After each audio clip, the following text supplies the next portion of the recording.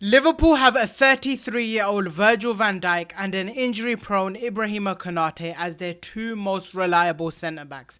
I'd mentioned Joe Gomez, but let's be honest, he's just too unreliable to really consider him as an option in that backline. So Liverpool need centre-backs, and thankfully the club's hierarchy also agree.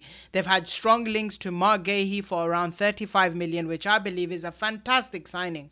I've already looked at what that would mean for Liverpool in a previous video, so go check that out. But right now there's been talk and the here we go has been given for Giovanni Leoni to join as a third choice centre back or fourth choice depending on if Gahey joins for Liverpool. It's no secret that Liverpool have been targeting a centre back between the age of 18 and 22. The main target was Dean Huijsen, who is definitely a more ready-made centre back than what Giovanni Leoni is, but Leoni also meets that criteria. For context, he's just 18 years old. He's made his professional debut as 16 years old for Padova in Serie C. At the time, he became the youngest professional footballer in Italy in that year. Fast forward, and last summer he moved to Parma. He played 17 times in Serie A, and when you think about that, at 18 years old, playing as a centre-back at a Serie A team in one of Europe's top 5 leagues, that's not rare. That's something that definitely puts everyone's ears up because this kid could be special. And we all know the reputation that Italian defenders have, that rich tradition of elite centre-backs from Maldini to Chiellini. It speaks volumes that every big club in Italy, Juventus, AC Milan, Inter Milan, they all wanted him. The fact that the reports have said that Leoni was convinced by Liverpool out of all of these clubs, huge props to Richard Hughes and the recruitment team, because trust me, getting an Italian out of Italy at that age is no easy task. So the big question remains, and one that you're probably thinking of: what exactly does Leoni bring to Liverpool? Why are the clubs so keen on him? What weaknesses in his game does he still need to refine for him to be a very good defender in the Premier League? Let's break it down. Leoni has openly said in his interviews that Virgil van Dijk is one of his inspirations and he wants to come to the Premier League to prove himself. And honestly speaking, there is one common thing between the two defenders, and that is their dominance in the air. This is a standout reason why Liverpool have signed Giovanni Leoni. At 18 years old, he is a monster in aerial duels. He doesn't just jump and hope for the best, he powers himself above his marker and he times it perfectly. And he actually aims his headers so that his team can keep possession. Who else does that remind you of? It's very Virgil van Dijk-like, and is exactly the kind of defender and value that Virgil van Dijk has brought into Liverpool, and something that Leoni can also bring into Liverpool. In Serie A last season, he won 63% of his aerial duels and 60% of his duels overall. Those are elite numbers for a teenager. I've seen him dominate very seasoned physical strikers like Romelu Lukaku, so we are not talking about weak opponents that he is coming up against. Let me give you some examples from his game, because I don't think the statistics really show just how good of an 18-year-old he is, and it's very difficult to summarize a centre-back from just statistics alone. First of all, we have a long ball pumped forward towards the opposition striker. Leoni reads the flight of the ball instantly. Before the striker can even set himself up, Leoni's already in the air. He wins it cleanly and directs the header straight towards his own teammate, instantly turning a defensive moment into an offensive moment, just like Virgil van Dijk does for Liverpool. Then there's the game against Lazio. The ball's coming from out wide this time, curling in towards the forward, and again, Leoni's already anticipated the drop point. He gets up early, takes control of the situation and clears it decisively. No danger, no second chance for the attacker to get the ball. And finally, something that Liverpool have really lacked this season, and we saw it in the pre-season already, is aerial dominance at set pieces. We conceded 2 set pieces against Athletic Bilbao without Virgil van Dijk on the pitch. Had Leoni been on the pitch though, he would have mopped those up, because he is excellent from defending set pieces and he's also very good at attacking set pieces. Let me give you an example of him attacking set pieces. He makes a clever run in front of his marker. He explodes into the jump and he powers his header into the back of the net. And that's the kind of extra edge Liverpool have been missing. We don't take enough advantage of the set pieces we get, especially from corners, and that's something Leoni can definitely help with. So here's the takeaway. Leoni is outstanding in the air, both defensively defensively and offensively. It's down to his elite reading of the flight of the ball, his anticipation, and then having the perfect leap that he generates at all times. His technique to header is also very good. For Liverpool, where aerial strength has been a cornerstone of their best defensive work in recent years, Leoni fits the mold perfectly. The next part of Leoni's game that we need to talk about, and one that's absolutely crucial for Arne Slot's backline, is his distribution. How well can he break the lines? How comfortable is he under pressure? Under Arne Slot, there's a big emphasis on the centre-backs finding the midfielders through the centre of the pitch, like we've seen Virgil van Dijk do for years, and especially in the last year under Arne Slot. Statistically, Leoni averages around 40 passes per 90 minutes with an 88% pass accuracy. Compare that to Ibrahima Konate, who's probably the worst defender in possession compared to Virgil van Dijk. He plays 60 passes per game at a 90% accuracy. On paper, that looks like a massive gap, but context matters. Ibrahima Konate plays for Liverpool, a team that dominates possession. Leoni played for 16th place Parma, where the defenders don't see as much of the ball and they are told to clear the ball when they are in danger. And honestly, I don't like relying on stats, like I said, for centre-backs. You learn a lot more by watching their game, their technique, their range of passing, how they react under pressure. That's where you see the difference. And let me show you what I mean. The first clip is fascinating because Leoni is playing as a left centre-back on his weaker side, just like Virgil van Dijk does. The striker tries to press him from behind, but Leoni carries the ball with confidence, and he's very confident with the ball at his feet.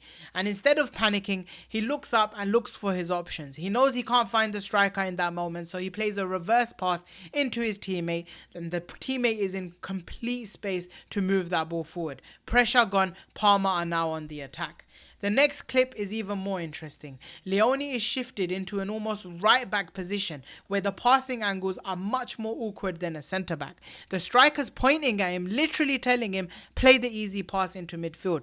But Leoni trusts himself. He threads an absolutely perfect pass, weighted brilliantly, straight into the feet of the striker. Now imagine him doing that for someone like Hugo Ekitike or Florian Wirtz. That's how you break games open. And then there's this, something that's vital for Liverpool's centre-back, the ability to launch the ball forward accurately over distance. Here, Leoni pings a long ball straight through the opposition backline, putting his teammates 1v1. It is inch perfect.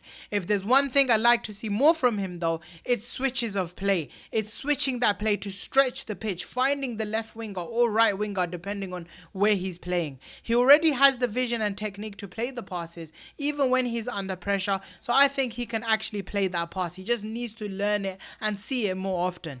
And here's the bonus. He can do it from both sides of the defense. That flexibility combined with the passing range and composure makes him a dream prospect for Arne Slot to work with. The next key part of Leoni's game, and one that's absolutely vital for a Liverpool centre-back, is his ability to read the game. Under Arne Slot, there are plenty of moments where Virgil van Dijk and Ibrahima Konate are left 2v2 or even 3v2.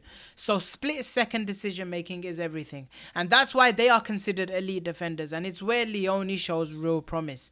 From the footage I've seen, he has a knack of spotting danger early. He positions himself in and around the box, meaning that when a cutback comes in and fired into a dangerous area, he's often the first to meet it.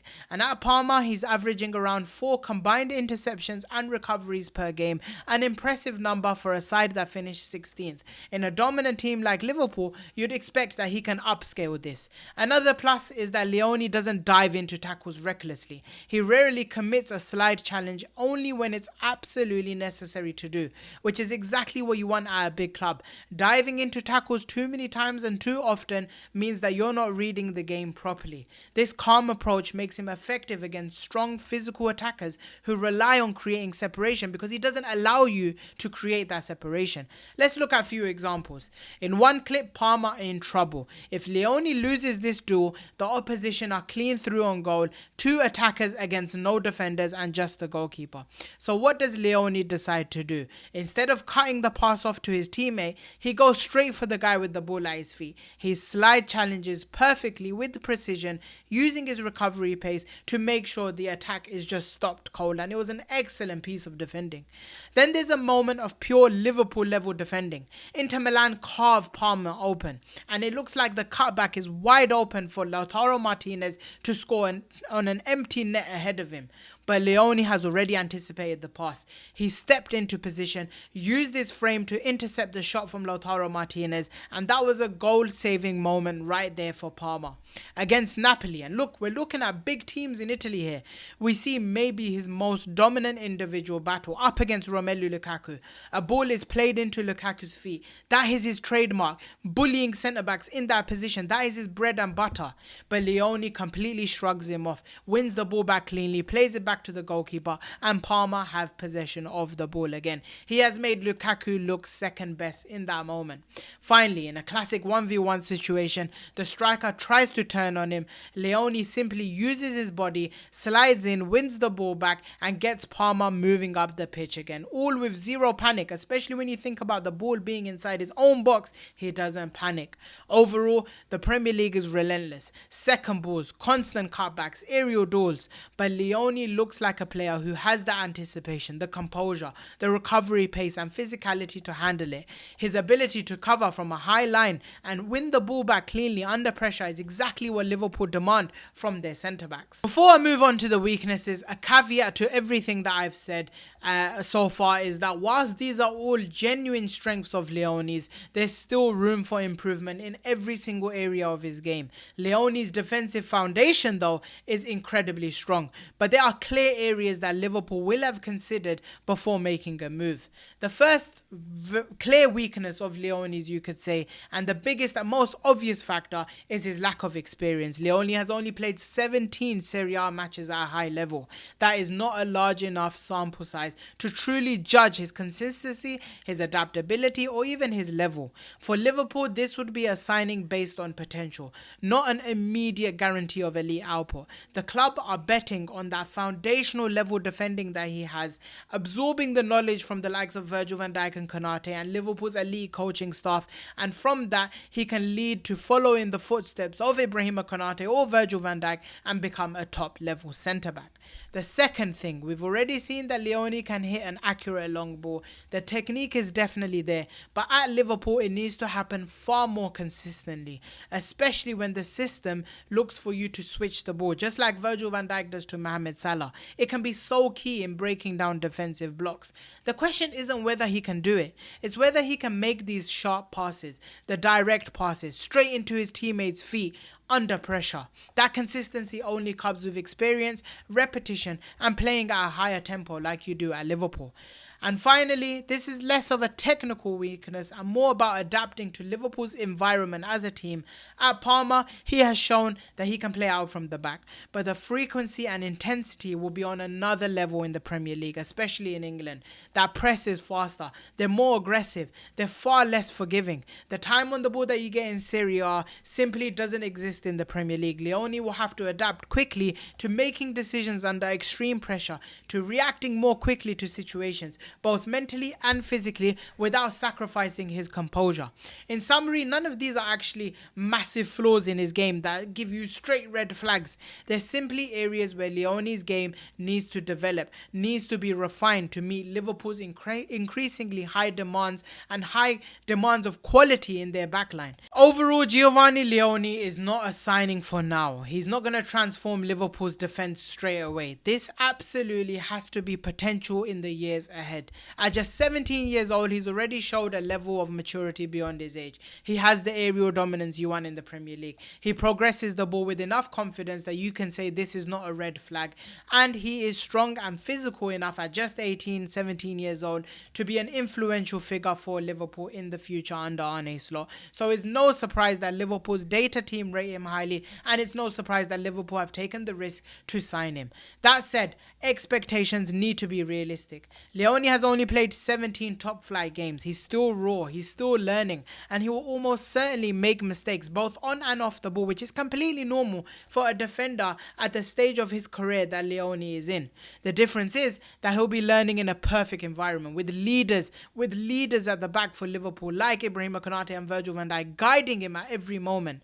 The real excitement with Leoni isn't necessarily about this season, but about what he could do in 2 or 3 seasons. And don't get me wrong, he will still be useful in the season coming. He can cover both centre-back positions. And if Liverpool help him grow into one of the most complete defenders in the game, this signing could look like one of the smartest long-term investments the club has made in a while, just like they did with Mamardashvili in the last summer. I hope this breakdown has given you a clear picture and a much more clearer picture of Giovanni Leoni's game, because I know some of you might not have watched him as in depth as I have in the last 2 or 3 days, just watching so many of his 90 minutes and his clips. I see why Liverpool sees so much potential in him, because I can clearly see that defensive foundation that he has. If you enjoyed the video, make sure to drop a like, leave your thoughts on the signing in the comments, subscribe for more breakdowns like this, hit the notification bell so you know whenever I upload. Thanks for watching and peace.